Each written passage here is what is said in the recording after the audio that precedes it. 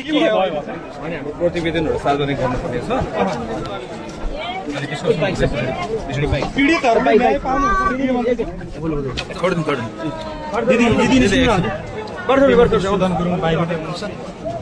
गृहमन्त्रीज्यू, अब पीडितहरूले न्याय पाउनुहुन्छ? अब कुनै दीर्घकालीन छ, कुनै अल्पकालीन छ होइन, त्यसरी गरेर छुट्याएर अब हामीले कसरी बनाउने मेन त अब एनमै गर्नु पऱ्यो नि त होइन। त्यो एनआई संशोधन गर्नुपर्ने छ, त्यो एनमै हामी होमवर्क गर्छौँ मेन चाहिँ दीर्घकालीनको लागि। अनि तत्कालीन समस्या समाधान गर्नलाई हामीले केही सोचेको छौँ है। धन्यवाद। पुरै भएको राजपत्रमा निस्क्यो। हामीले अहिले नयाँ माग मागेकै छैन, खालि त्यसलाई व्यवहारमा लागू गर्नु पर्यो भन्ने कुरा कानुनमा ल्या भनेको मात्रै हो। त्यो जुन दिन उहाँले ल्याइदिनुहुन्छ हामी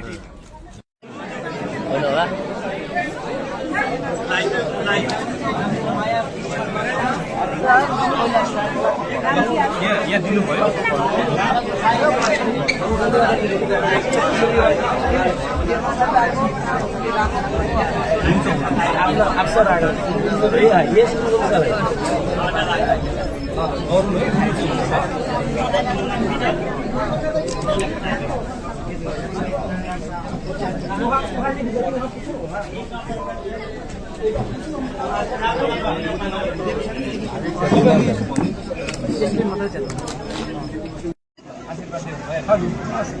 हाम्रो आशीर्वाद विधायकको कामना धन्यवाद। हजुरको कार्यकालको अवधि राम्रो तर मैं क्षेत्रीय धन्यवाद दिन चाहन्छु।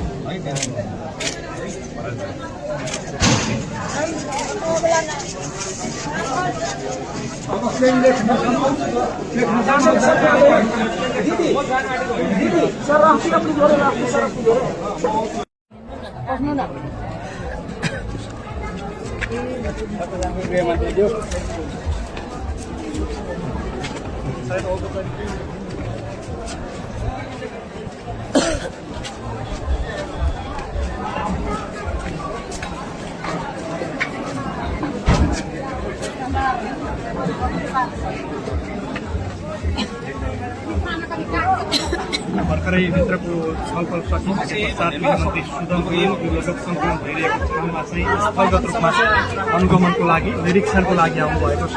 दृश्यमा हामी देखाइरहेका छौँ। गृहमन्त्री सुदन गुरुङ जसले आज बिहानैबाट झन्डै 6-7 घण्टाको छलफल पश्चात लगत सङ्कलन गर्नको लागि मातहतका निकायलाई निर्देशन दिनुभएको थियो र त्यस पश्चात अहिले मिटर ग्यास पीडितहरूको चाहिँ लगत सङ्कलन गर्ने काम भइरहेको छ। यो दृश्यमा हामी देखिरहेका छौँ। स्वयं गृहमन्त्री सुदन गुरुङ आफै फिल्ड निरीक्षणमा निस्किनु भएको छ।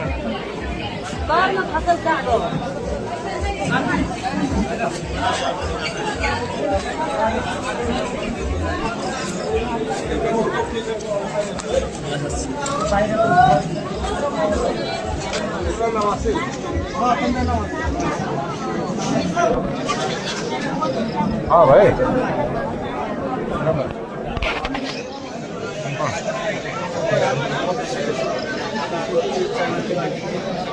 के गरेर छ रे? ठिक छ, सुरक्षा हेर ठिक छ। म चाहिँ नछोड्ने